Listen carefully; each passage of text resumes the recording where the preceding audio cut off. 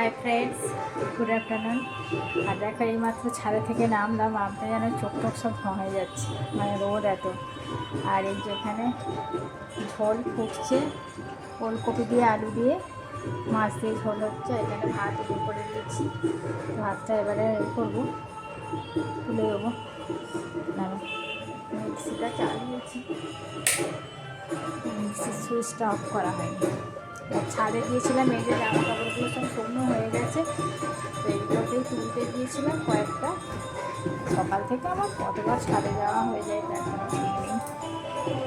তো ঝোলটা দেখি, দাঁড়াও, আলুটা সেদ্ধ হয়ে গেছে।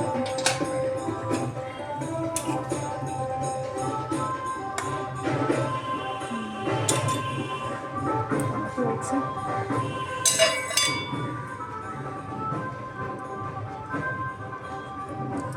মাছগুলো এখন আর এত মাছ দেবো না, ভালোই থাকবে।